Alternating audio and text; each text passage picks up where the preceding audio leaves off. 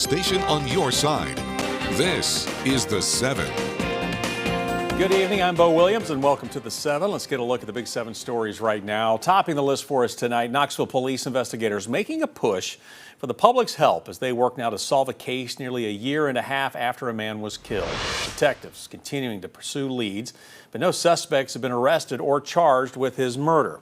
Now, Chris Hill was shot and killed on East Depot Avenue back on December 13th, 2023. During the investigation, detectives have determined that the morning of December 13th, a gray Toyota 4Runner was stolen from a West Knoxville home after it was left running. Chris Hill was working as a plumber at a home on Borite Drive that same day.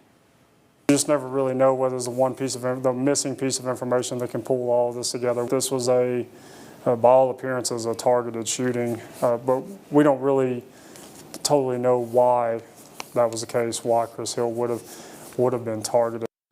Anyone with information that could help investigators is asked to call East Tennessee Valley Crime Stoppers. The number is 865-215-7165. You can remain anonymous, and you could be eligible to receive a cash reward. We got an update to a 6 on your side crime alert for you tonight. A suspect in a reported weekend assault along Cumberland Avenue has now been taken into custody. Knoxville police say 21-year-old Ethan Johnston was taken into custody by the U.S. Marshals Service. They tracked him down in Meridian, Mississippi, which is about 400 miles from Knoxville. KPD says he was traveling on a Greyhound bus. You know, we've been showing you pictures, some surveillance video. Police, well, they say that they show Johnston after a 20-year-old woman was assaulted at Union Knoxville, an apartment complex which is not far from the UT campus. KPD says the victim had significant injuries to her head and neck.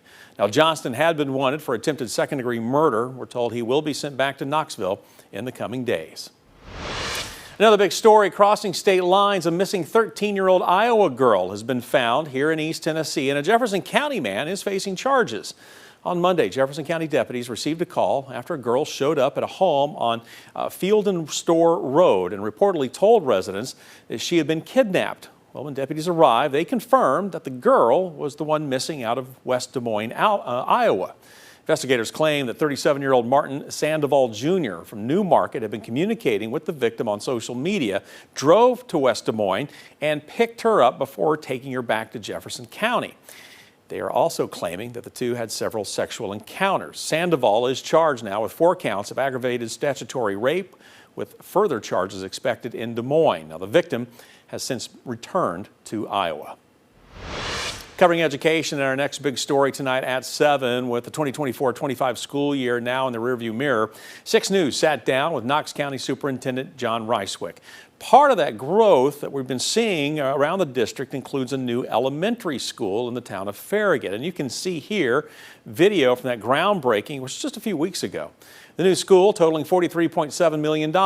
As for a timeline, the district hopes to have the school open in 2 years. Ricewick telling us they weighed several factors before deciding to build.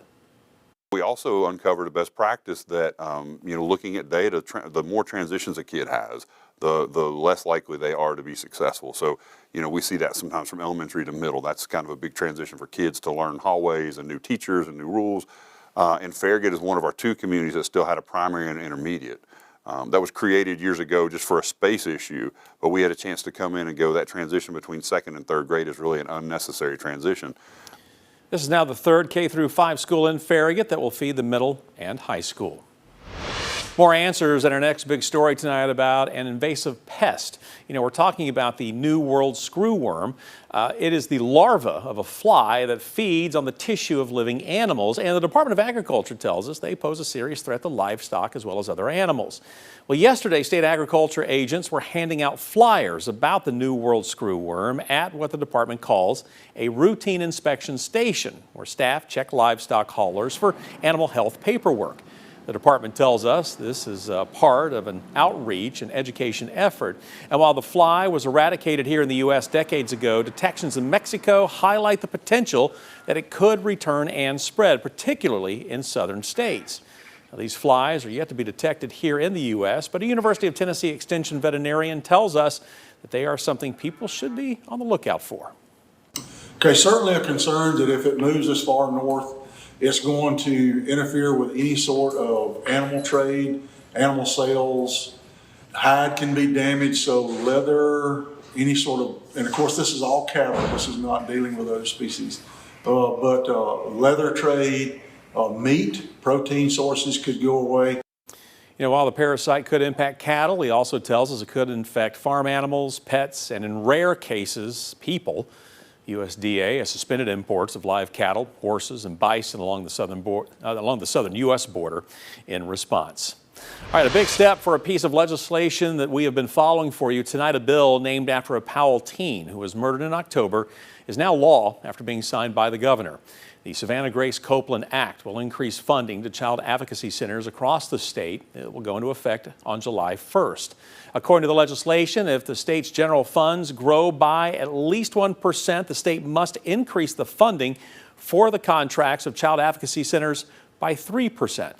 Now, back in November, prosecutors revealed they want to charge fellow teen Malachi Harris as an adult in connection with Copeland's death. Now, Harris is going to be back in court in January, where a judge will make that decision.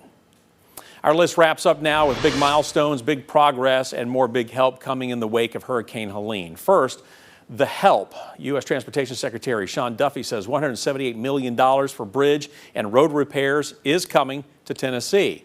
You know, in the past week, 2 major bridges damaged by Helene have now reopened after reconstruction. TDOT spokesperson Mark Nagy says of the 49 bridges and roads that require repair work since Helene, only 3 still remain closed. And we're now 8 months out from the day the remnants of the storm brought tremendous rains over the mountains from North Carolina into Tennessee. The World Meteorological Organization saying that Helene was the deadliest hurricane to hit the continental U.S. since Katrina, dating back to 2005. It led to more than 240 deaths across several states, and it caused an estimated $78 billion in damage, making it the 7th costliest hurricane to hit the U.S.